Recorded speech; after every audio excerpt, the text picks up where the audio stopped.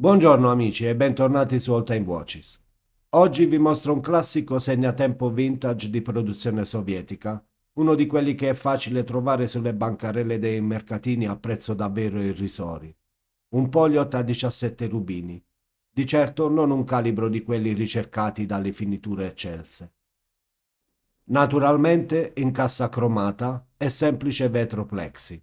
Nulla che ci faccia battere il cuore ed emozionarci, ma ci basterà dargli qualche giro di carica per stupirci nel constatare la reattività vitale di un oggetto di oltre 40 anni, la robustezza di un orologio fabbricato quando ancora le cose venivano fatte per durare, quando ancora non esisteva la subdola regola commerciale dell'obsolescenza programmata.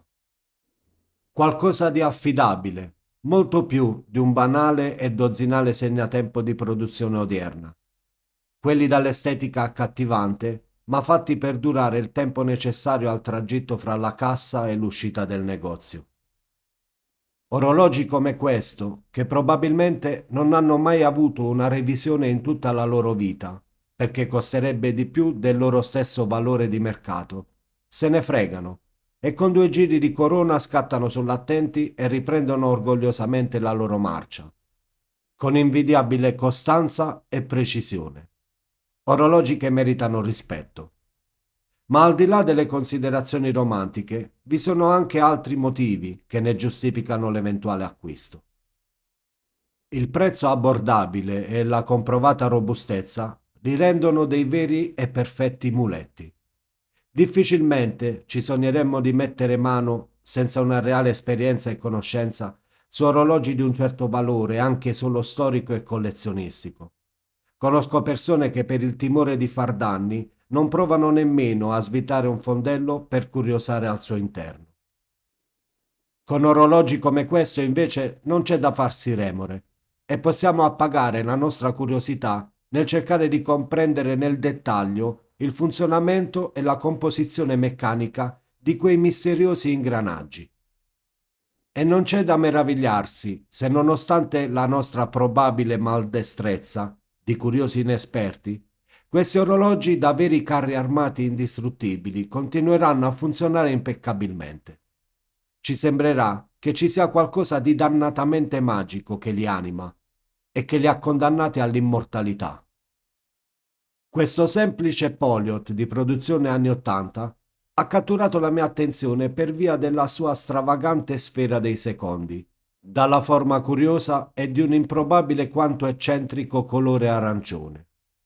Naturalmente non è la lancetta originale, quella corretta sarebbe dovuta essere nera e sottile, simile alle sfere di ore e secondi. Questa invece è palesemente un estroso rimpiazzo che non ha nulla di sovietico. Per alcuni potrebbe essere un pugno in un occhio, e di certo lo è, e non sarebbe poi così complicato reperirne una corretta e coeva, considerando la vastissima produzione di questa tipologia di segnatempo.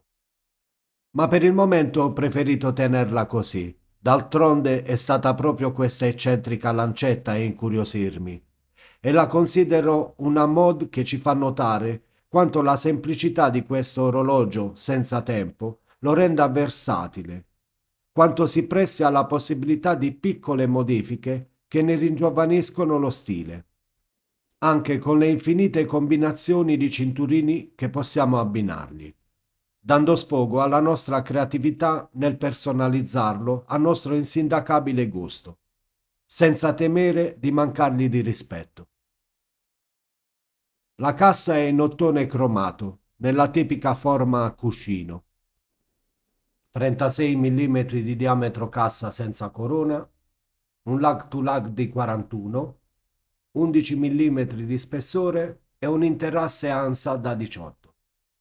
Il vetro plexi ci mostra un dial pulito e minimale, dall'ottima leggibilità. Su un quadrante color avorio sono stampati in nero gli indici in numerazione araba, in un elegante font stile Breguet.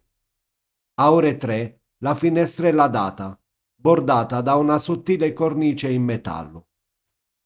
Sul dial sono riportate la scritta Poliot, l'indicazione 17 rubini e la dicitura Made in USSR lungo il margine inferiore. Le sfere sono nere e sottili e così sarebbe dovuta essere anche quella dei secondi. Il fondello inox senza incisioni è tenuto dal classico anello di serraggio a vite. Il calibro è il tanto utilizzato 2614.2H a 17 rubini e 21.600 alternanze ora, con ben 46 ore di riserva di carica. Un meccanismo con complicazione data dalla finitura semplice e pulita, soprannominato dai collezionisti balalaica, per via della particolare forma del ponte dei ruotesmi, che ricorda la tipica balalaica, una specie di grande chitarra russa. La scritta in inglese 17, relativa al numero dei rubini, ci fa intuire che si trattava di un esemplare destinato al mercato estero. Notiamo inoltre la spessa guarnizione, nonostante non si tratti di un orologio impermeabile. Per concludere, volevo mostrarvi l'incredibile versatilità di questo segnatempo, presentandovi come appare al polso, con un cinturino in cuoio, braccialato e in diverse combinazioni cromatiche di cinturino nato,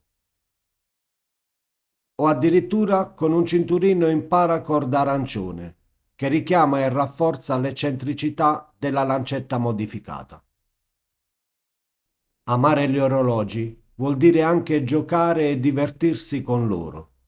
E questo semplice Poliot è un compagno di giochi perfetto. Spero che anche questo video sia stato per voi interessante.